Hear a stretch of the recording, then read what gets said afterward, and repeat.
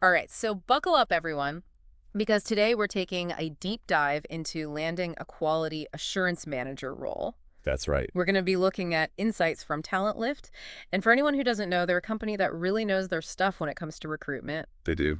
And they've put together some seriously interesting interview questions that we're going to break down today. Yeah, and what I think is so cool about Talent Lift's approach is that they're not just like testing if you know the technical stuff you know. Right. They're trying to figure out how you think, how you'd react under pressure, how you'd actually handle real-world quality management stuff. So it's not just about like reciting definitions from a textbook or something. Yeah, exactly. It's about like showing you can actually apply that knowledge, right? Yeah, like for instance, one question asks you to imagine dealing with a flood of customer complaints about like a batch of faulty gadgets. Oh, yikes. And you got to figure out what went wrong, how to contain the damage, and come up with a plan to make sure it doesn't happen again. Whoa, okay. That's a lot to handle. So it sounds like they're really trying to see how you problem solve when things get tough. Yeah. But besides just like putting out those fires, what else are they looking for? Well, they're also interested in whether you can like think ahead and see problems before they even happen. Okay. So like another question throws you a curveball. It says a batch of products just failed quality testing, but it's already on its way to packaging. Oh, no. What do you do? Okay, so quick thinking and damage control are clearly important, but what about the customers? Yeah. I'm guessing Talent Lift also has questions about handling those tricky customer complaints and the situations where you might not even have all the information you need. Oh, definitely. Right. They want to see if you can get the information you need, but Yeah. still be empathetic and customer focused. Yeah, It's about turning something potentially negative into a positive, which, isn't always easy. absolutely. So it sounds like they're really emphasizing understanding not just the technical stuff, but also the human side of things, Mhm. like all those communication and people skills that are so important in quality assurance. Exactly. And that brings us to what Talent Lift calls soft skills. Yeah. Things like communication, conflict resolution, and stakeholder management. Right. These might not seem as important as knowing specific testing methods or whatever, but they're absolutely vital in QA. And why are those soft skills so critical for quality assurance managers? Think about it. Yeah. You might have to explain a really complex technical issue to someone who doesn't speak QA. Right. Or you might have to deal with a disagreement between teams who have totally different ideas about what quality even means. So you're not just running tests in a lab, you're a communicator, a negotiator, even a diplomat sometimes. Yeah, that's a great way to put it. And Talent Lift really digs into those kinds of scenarios. Okay. Like one question asks how you'd communicate a complicated quality problem to a team member who's not very technical. So let's say you have to explain something like a test automation framework to someone who's never even heard that term before. Yeah, exactly. How do you approach that? What are they looking for in your answer? They want to see if you can break down complex information, Mm-hmm. use simple language, and maybe even analogies or examples to make those abstract concepts relatable. So it's less about showing off your technical vocabulary and more about making sure everyone's on the same page. Exactly. And it's not just about explaining things clearly, it's also about like persuasion and influence. Okay. Another question puts you in the situation where someone is resistant to changing their approach, even though it would mean better quality. Oh, that sounds tricky. How do you deal with that? They want to see if you can like present your argument logically, address their concerns, but still advocate for those improvements. Right. It's a delicate balance. It sounds like you need to be a master of diplomacy to be a quality assurance manager. Definitely. And conflict just comes with the territory in any workplace, Mm-hmm. especially when you're talking about defining and achieving quality. That makes sense. Talent Lift even have a question about how you'd handle a disagreement between team members who have clashing viewpoints on quality goals. Okay, so we've talked about those soft skills, but I'm guessing they also want to know about your practical experience. Oh, absolutely. Soft skills are just one piece of the puzzle. Right. Talent Lift also wants to know about your experience with things like aligning testing with project goals, your experience with those test automation frameworks we talked about, and risk mitigation during testing. Okay, let's unpack some of those. Sure. So first, aligning testing with project goals. Right. Why is that so important? It seems obvious, but I feel like there's got to be more to it than meets the eye. Yeah, there is. It's about understanding what you're really trying to achieve. What are the business objectives? What does the project need? Your testing has to answer those questions and make sure the product doesn't just work, but actually delivers. So it's about strategy, understanding how your work fits into the bigger picture of the project and the company as a whole. Exactly. And speaking of being strategic, let's talk about test automation frameworks. They're becoming super important in QA. Okay. So interviewers will want to know if you're up to date on those. Now, for anyone who might not be familiar, what exactly is a test automation framework? Well, it's like a set of guidelines and tools and practices that help you automate your testing process. So instead of manually clicking through every possible scenario, you can write scripts to do it for you. Oh, wow. It saves a ton of time and makes everything more efficient and reliable. So that's like having a robot QA assistant working in the background. That's pretty awesome, especially for complex projects with tons of features to test. Right. It's a game changer. Interviewers will want to know what specific frameworks you've worked with, things like Selenium for web applications or Appium for mobile apps, I see. and they'll be interested in any challenges you faced using those frameworks and how you overcame them. So they want someone who can actually use these tools, not just someone who knows the names. Exactly. Right, and then there's risk mitigation. That sounds a little intimidating. What does that actually involve in QA? It's all about proactively identifying anything that could affect quality and taking steps to minimize that impact. Okay. It's like preventative maintenance for software, so you're not just waiting for things to break. Oh, I see. You're actively looking for weak spots and making them stronger. So you're kind of playing detective, sniffing out problems before they become huge disasters. Exactly. Yeah. And interviewers will want to hear about specific times you've identified and mitigated risks in past projects. Okay. Maybe you spotted a potential performance issue and worked with developers to improve the code. Right, or maybe you found a security flaw and put in new protocols to prevent data breaches. Exactly. It's all about showing you can anticipate challenges and come up with solutions to protect quality. All right, so we've covered a lot of ground here. From understanding how TalentLift approaches those interview questions, to the importance of those technical skills and soft skills, to specific things like risk mitigation and test automation frameworks, I feel much more prepared for that interview hot seat now. And we've only just scratched the surface. I know there's still so much more to talk about, like how to answer those tell me about a time questions, Uh-huh. and of course, mastering that closing statement to really leave a lasting impression. Right. We'll dive into all that and more in part 2 of this deep dive. Awesome. Can't wait. Stay tuned. Welcome back to our deep dive on acing that quality assurance manager interview. We're picking up where we left off, still exploring TalentLift's insightful questions. Right. And remember, it's not about memorizing every possible question and answer. Okay. It's about understanding what those interviewers are really after. You know, how you think, how you solve problems, how you'd handle those real-world QA challenges. Gotcha. So let's get practical. TalentLift includes those classic tell me about a time questions, the ones that can really make or break an interview. Any tips on how to tackle those effectively? Well, those behavioral questions are all about seeing how you've handled things in the past, Right.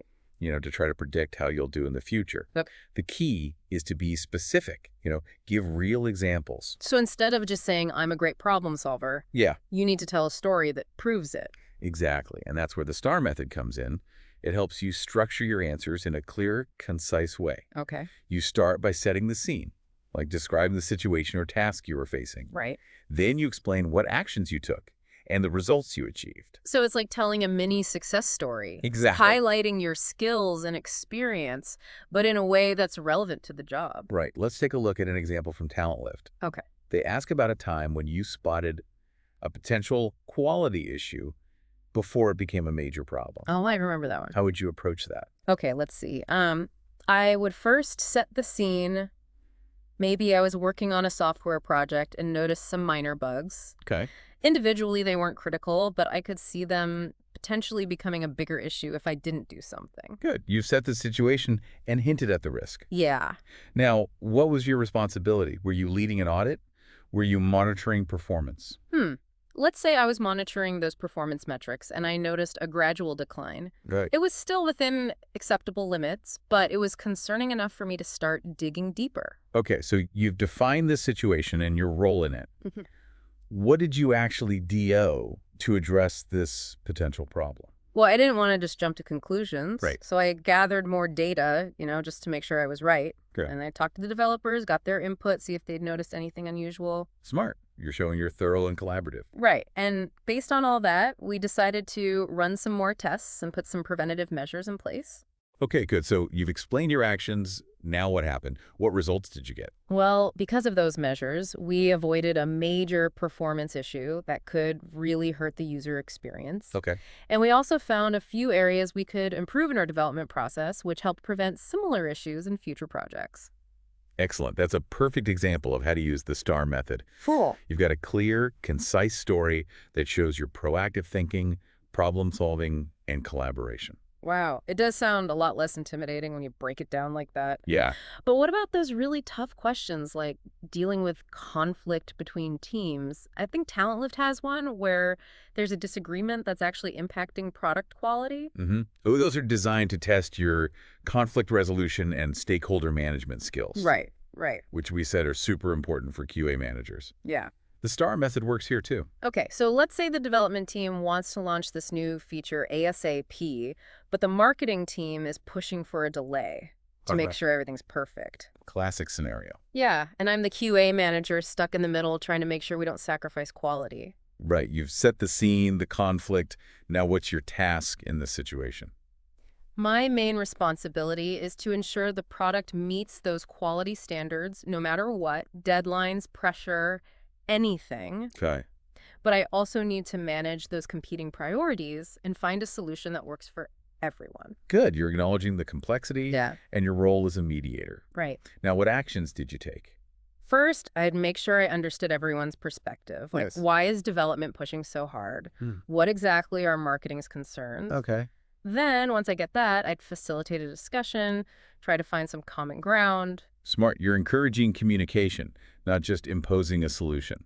Exactly. And maybe through that discussion, we figure out that development is worried about resources and marketing is worried about specific features that need more testing. Okay. So by understanding the root of the problem, we can start brainstorming solutions. You're showing good problem solving there. Now, what was the outcome? Let's say we negotiated a compromise. Okay. We launched the core features on the original date. Marketing focuses on those while development finishes the rest for a later release. Okay. That way, we meet the business needs without sacrificing quality. That's a great example of navigating conflict while still advocating for quality. It's amazing how the STAR method can really help you structure those thoughts. It's a useful tool. Yeah, I feel much more confident about those tell me about a time questions now. Good. But Talent Lift doesn't stop there. They also have a whole section on practical experience in quality assurance. Right. That's your chance to really show off your technical knowledge, your understanding of how things work. Like they might ask about experience with those test automation frameworks. Absolutely. They might even get specific, like your experience with Selenium or Appium. Okay. They want to know you've actually used these tools, not just that you've heard of them. So I should be prepared to talk about challenges I've faced with automation and how I solved them. Exactly. The more detail, the better. Okay. They want to see you can hit the ground running. Makes sense. They don't want to have to train someone from scratch. And don't forget risk mitigation. Right. Interviewers want to know you're proactive about identifying those potential problems. Okay, we talked about that a bit before. Any more specific examples of how to show those skills during an interview? Think back to your past projects. Yeah. Was there ever a time you had to address a risk before it became a big problem? Yeah, once I was working on a project where we were integrating with a third-party API. Okay. Early on, I realized there was a risk the API wouldn't be able to handle the amount of requests we were expecting. And that could have led to? Performance issues, even crashes. Good. You identified a risk. How did you mitigate it? I worked with the devs to implement a caching layer. Okay. Basically, it stored frequently requested data, so we didn't have to rely on the API as much. Have that. Reduced the load and prevented those performance issues. Perfect example of proactive risk mitigation.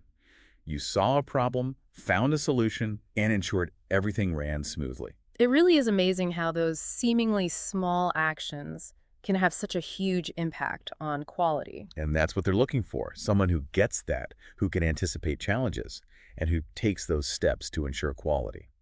So we've covered those tricky behavioral questions, how to showcase your technical experience. Right. But Talent Lift also talks about aligning testing with project requirements and business objectives.